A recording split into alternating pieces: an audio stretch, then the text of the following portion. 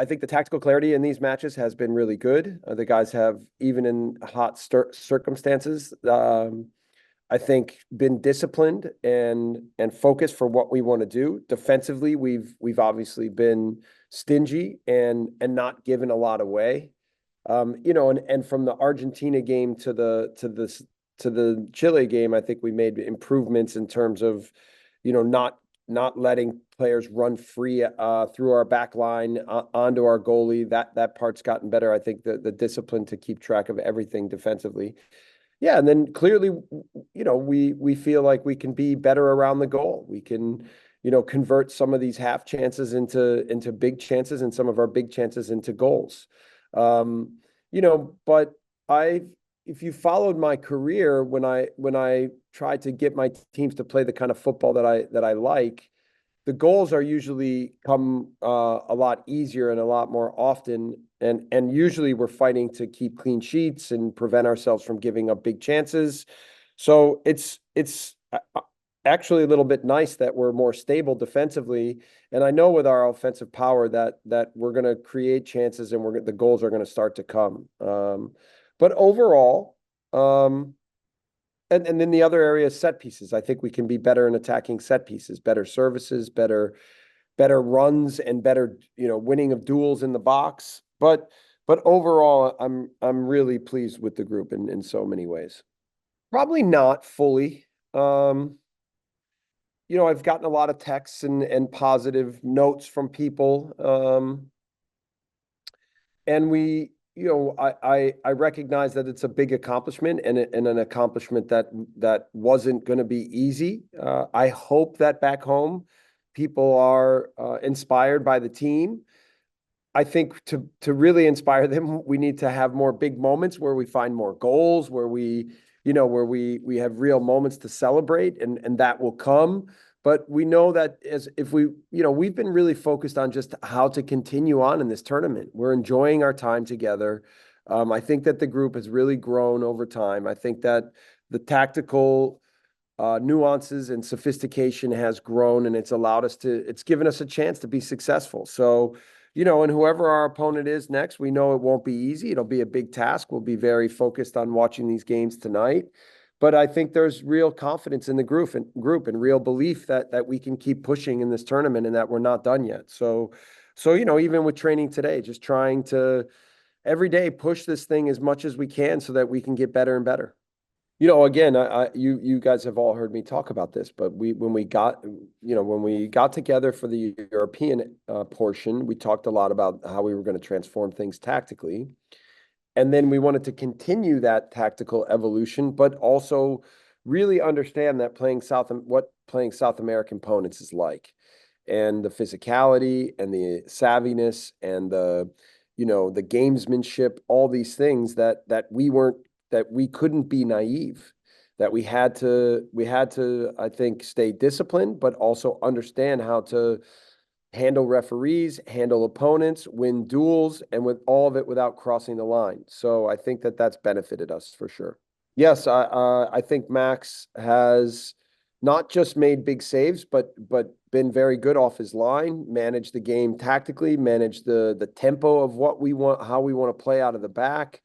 Knows when to speed the game up, knows when to slow it down.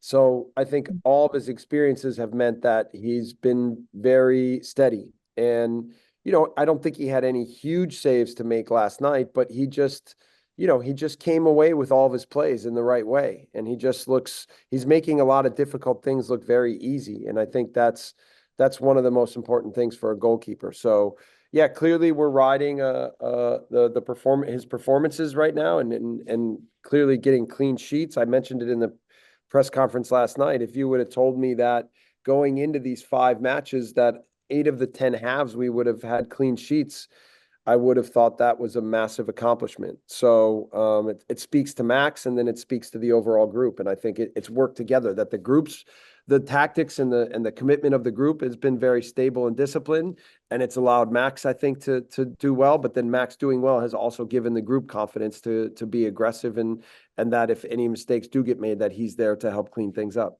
Yes, and we were we were aware of that, and not just that, that also Richie and Derek were carrying yellows that they could get suspended for the quarterfinal. So you could say, even more than that.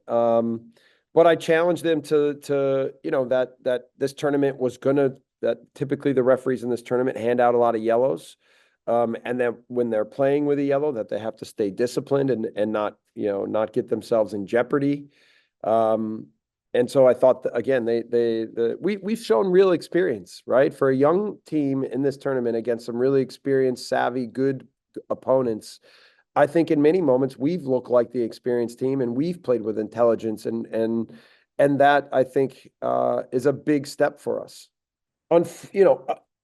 Unfortunately, these guys have dealt with this before and it's ridiculous, so they've become a little bit more hardened by it and they handle it really well and they take the high road, which I commend them for, because I don't know what it would be like to go through what they go through. I just try to support them in every way. But it's, again, it's just ridiculous and disgusting. And why anyone would choose to, I mean, listen, social media is a cesspool anyway. But when you start adding racist comments, like you're just revealing yourself as such a poor level of low character and no concept of what it is to be part of a community or be with people or understand how differences can make us better. And so for me, it's disgusting. And all I can do is try to support the team and the players, but they're so strong. They support each other so well. I mean, I'm proud to be their coach when it comes to this. I mean, in really every way, but when it comes to how they handle these difficult moments, I can't imagine. I can't imagine. But they're of such high character. They're really fantastic human beings. That's all I can say. Well, I mean, I'm just always trying to evaluate how to help the game, and so some days, I mean, I've coached matches where I've made no substitutions. Um, but I like our depth in our team. Look, we didn't even use Ishmael last night, which I still think he's going to be moving forward, one of our best players. Um, but I'm just always trying to look at the game tactically and look at the form and fitness of each player and figure out how to help the game. That's a big job of the coach, is how to make subs. So I've been pretty pleased with the performances from the bench and pretty pleased with the decisions that we've made. I think for the most part, we've helped the game when we've come from the bench, and so we've got to continue that trend.